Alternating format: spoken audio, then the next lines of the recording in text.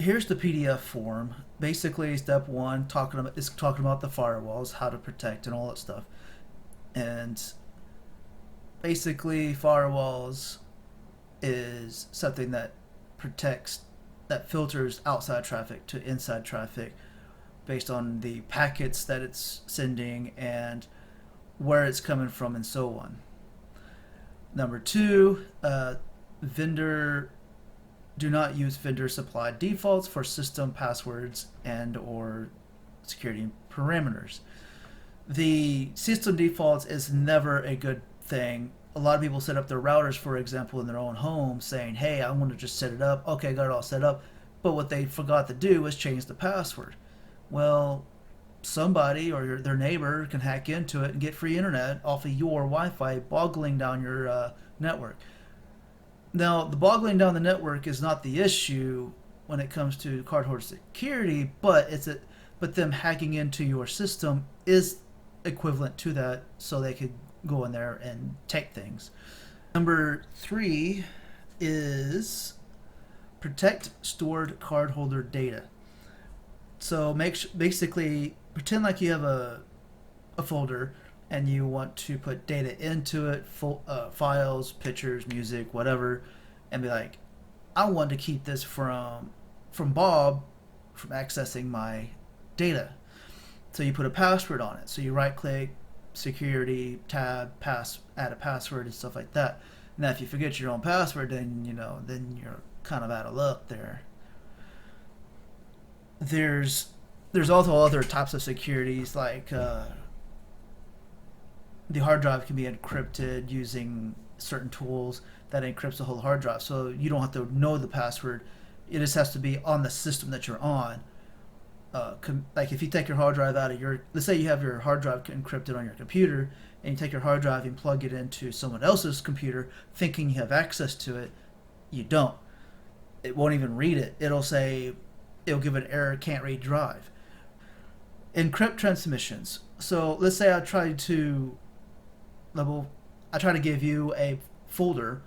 If it's all plain text, I can get all that information and take the credit card information and stuff. But if I encrypt it or hash it, well, hashes is non-reversible, but just encrypt it, I can encrypt it and send it to you. And another thing with hashes is I do a hash, send it to you, you have that hash. And you can verify that the file that I send you, it matches the hash. And if it doesn't match the hash, that means somebody manipulated the file in some way, either took from it or added to it. Well, that's a whole different object as well. Now, number 5, protect all systems against malware and regular update antivirus.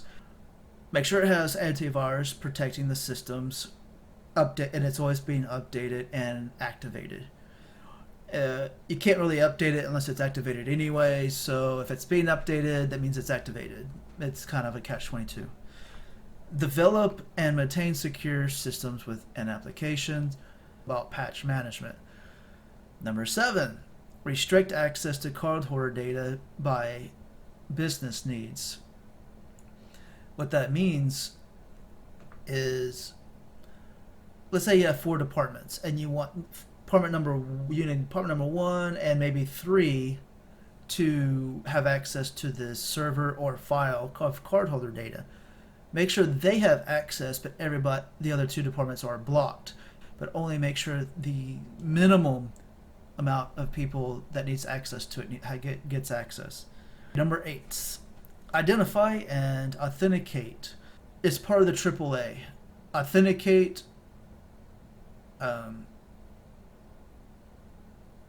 Authenticate, whatever. But basically, you just get you're proving who they are. You're authenticating this person who's requesting access to this thing, and you want to see if they're even part of your team or business, and not just some Joe down the street. Restrict access, physical access to cardholder data. Now, a lot of people could just use a clipboard and just walk into a building and act like they're doing some Yes, firewall. Uh huh. Oh, there's somebody looking at me. Okay. Yeah, just act like I'm writing something like that. And you're like, oh, he's doing an inspection. Could be anything. Could be fire related, fire extinguishers, fire sprinklers on the ceiling, and so on. But what they're really after is trying to get to your cardholder, customer cardholder data by getting access to the server where it's located, so you can just plug that little thumb drive in there and be like, "Ah, give me all your drive data." So you want to make sure all your doors are locked, and in a way to where only authorized personnel is that have access to it. Restrict, track and monitor access. So what that means on number 10 is, let's say you have you're living with someone, and that someone, let's say Michael goes to the store, Walmart, once a day, and he's gone for an hour a day. He does that on a daily basis. You're like, okay, that's the norm. And then one day he has to go to Kmart in a different state, and you're sitting there like, oh, he's gone for 2 hours. What's going on? Let's investigate this. Well, same scenario here. You got traffic that goes. Let's say traffic's constantly going from left to right, and the monitoring. This is based off AI algorithms, by the way, and they'll just go like from here to here. You're like, and then all of a sudden, a data will go either north or south. All of a sudden, and the thing's like, whoa, that's out of ordinary. Hey, and they'll send an alert to the system admin, and be like, hey, is this normal? Those are monitoring the network and stuff like that, trying to figure out what's out of the norm. You're trying to find anomalies. Regular, regularly test security systems and process. So you could have a team that penetrates it, use a pen tester. You could use the white hat hackers versus the black hat hackers, but you have to get permission from the business for them to do that. From my understanding, we will not be doing that. They will hire a team or a person to do that for them. Maintain a policy that addresses information. If something goes bad, have a backup plan. If your house burns, make sure you have a backup plan. Is your valuables do you have a list of your valuables backed up to an external soft storage device in case if something happens? Like if a disaster happens, make sure you have a backup plan. What is your recovery plan? How are you going to recover this data? Same thing here. If you have a hacker hacking into your system, is it by having a policy, the IT people are not like, what do I do? And they just sit there all stunned while it's all happening, and you're like, are they going to get on that guy yet? But basically, it's a policy that's put in place to say, hey, if this happens, do this. That's my understanding. And then these are my notes. So I got firewall, vendor default, data protection, protect your data, data transmission of and encryption, and antivirus system, and so on. So the data access controls, personal access controls, physical. Now I noticed that 7, 8, and 9, and you could make a little joke too. Why is 10 afraid of 7? Well, 7, 8, 9, right? 9 is gone because 7, 8. But so you got 7, 8, and 9, which is data control. You got data, personal, and physical controls. Basically, access to stuff. You got your data access, meaning your folder that you don't want anybody else having access to it, so you put a password on it.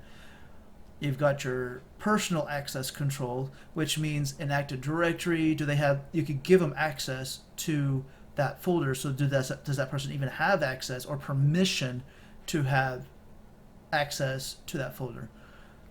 Physical access control, door locks, eyes, retinal scanner, finger scanner, card scanners, stuff like that. 10, data network access controls. Now, based on the last slide, it was data monitoring, right? Number 11, security testing. and I wrote pen testing, etc. on it, and then security policy.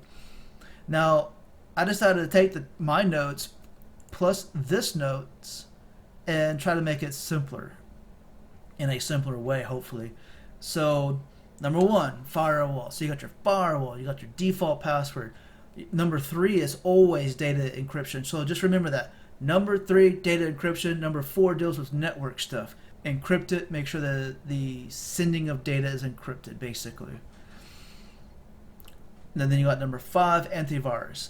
So far you've got firewall, data, default passwords, data encryption, network encryption of data, and then your firewall to protect your systems. Then you got 6, which is system and application security. Now, as antivirus, which is number 5, protects your systems, then number 6, patch management, making sure it's up to date, all your software is up to date. Because if it's not, let's say Microsoft Word has a known vulnerability, but you never updated it, that's an open door for a hacker to come in through that application to get access to your system. The antivirus is more for protecting at the entry level of the internet, and it protects against known vulnerabilities, not necessarily zero-day attacks. Zero-day attacks are basically attacks that it's not part, because antivirus has a list of things that it looks for. Does it have is it a crab? Is it a spider? Is it a worm? Is it a blah blah blah? If it's not part of that list, it ignores it. That's why updating your antivirus, basically all you're doing is updating your antivirus list from the server. So number 7, data access controls. Same thing, folder, make sure it has a password, etc., or encrypted. Personal access controls, make sure they are authenticated to have access to it. Physical access control, lock the doors. Network monitoring, make sure, look for anomalies. Test security systems, do some pen testing, and so on. And then write a security policy. If this happens, do this. And thank you very much for tuning in and listening to this. This is my first video. Actually, it's my second video. My first one didn't even have the volume. And I'm like, oops, I did all of that. Not to do it all over again. I was contemplating. I was like, do I really want to do this again? But then here I am doing it again. So hopefully it works. Thanks, bye.